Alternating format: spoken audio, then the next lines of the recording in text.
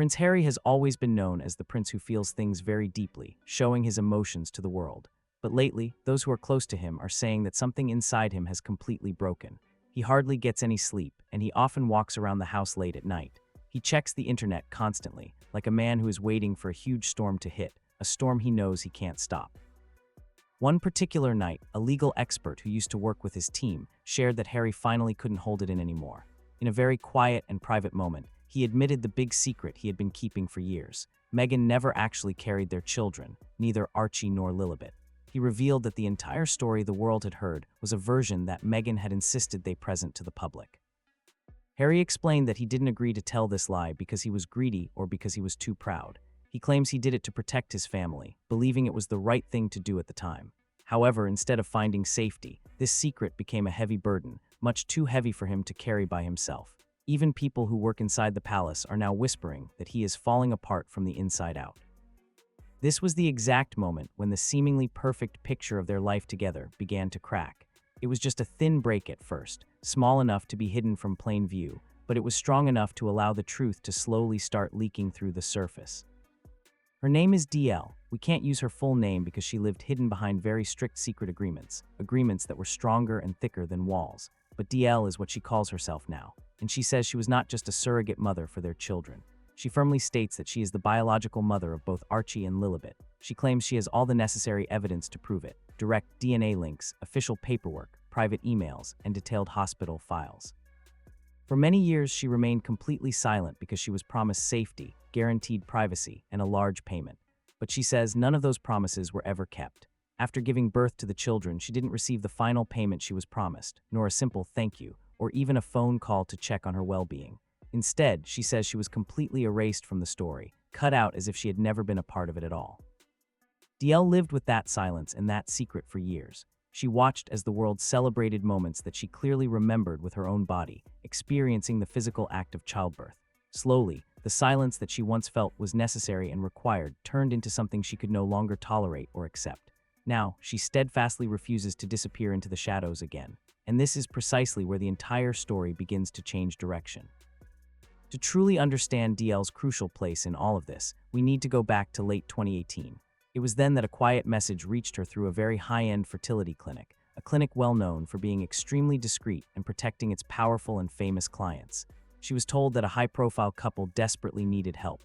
The agreement, she was assured, would be completely private, and the payment would be very generous.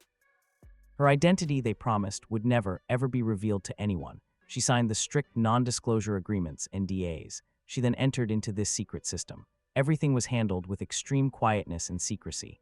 It was done so quietly, in fact, that even some of the doctors involved were given fake names instead of their real ones to further hide the truth.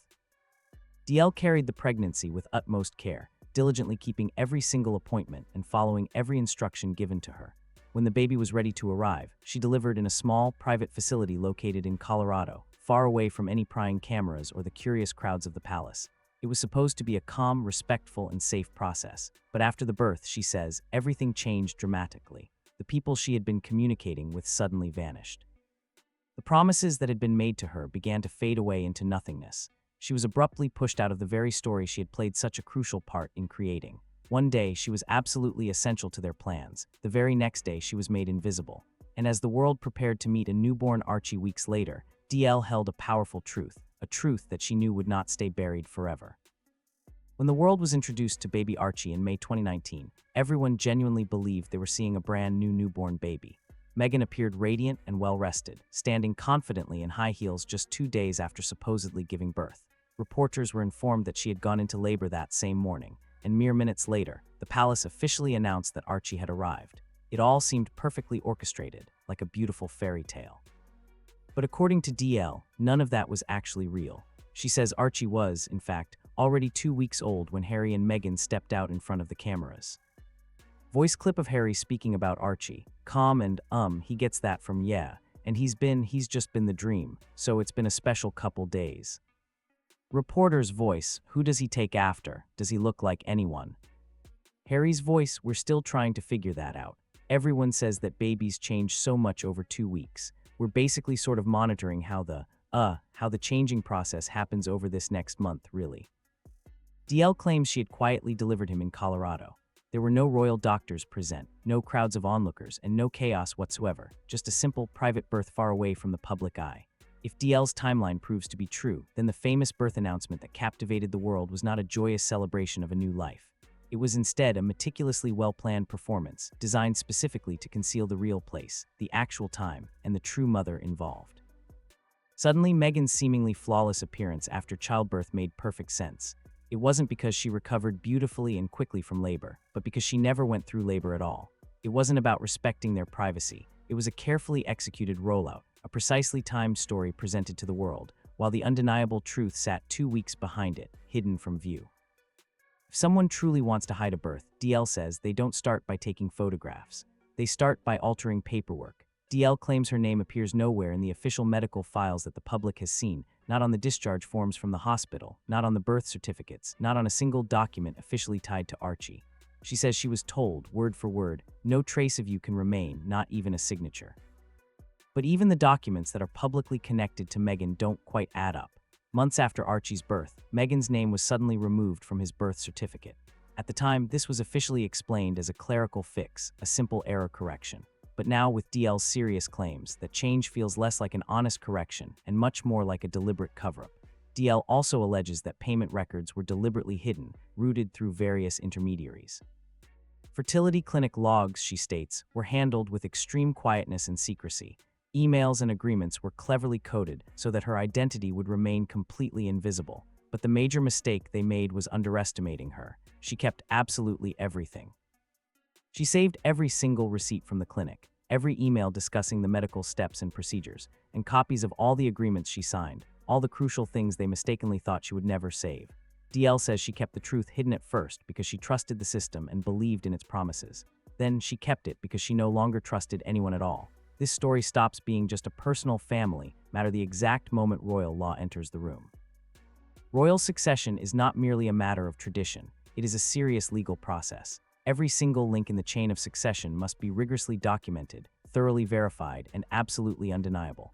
If Meghan did not physically give birth, and if no official announcement of a surrogate was made under strict UK law, then Archie and Lilibet's royal positions become deeply, deeply complicated and questionable.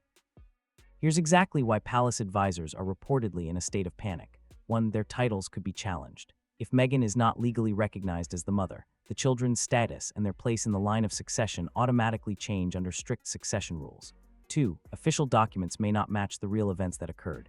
This opens up a dangerous door to very serious accusations of fraud or misrepresentation, words that no monarchy ever wants to be associated with its name. 3. The UK Parliament might be forced to step in and investigate. Several members have already publicly questioned why the births were never independently verified by a neutral third party. 4. International records, particularly Lilibet's US birth details, could be deemed invalid if the information officially recorded on them does not match the absolute truth. This isn't just a simple question of who physically carried the children. This is a profound question of whether the monarchy itself was misled, and whether the entire public story of 2 royal births rests on a lie large enough to shake the very foundation of the line of succession itself. Behind the ancient palace walls, the lights burn late into the night.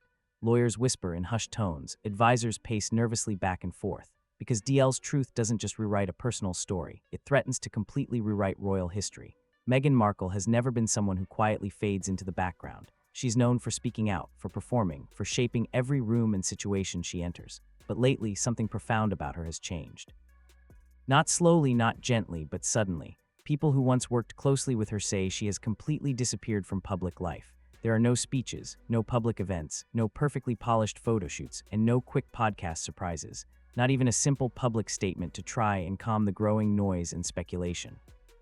Behind closed doors, Hollywood contacts are whispering that producers who once eagerly begged for her partnership are now carefully, politely, but very firmly stepping back. And it's not because they personally dislike her. It's because they fear what might come next. They absolutely do not want their names to be attached to a storm that is clearly waiting to break. Insiders are saying that Meghan isn't silent because she chooses to be. She's silent because she absolutely must be. She's carefully studying the horizon, watching how dark and threatening the clouds become before she decides her next critical move. And for a woman who has meticulously built her entire world on controlling her own story and image, this prolonged silence speaks far louder and more powerfully than any interview ever could. While Meghan retreats into this unsettling silence, Harry is visibly unraveling in plain sight. Friends say he is barely recognizable from the energetic, happy prince he once was. He's now anxious, short-tempered, and remarkably quiet.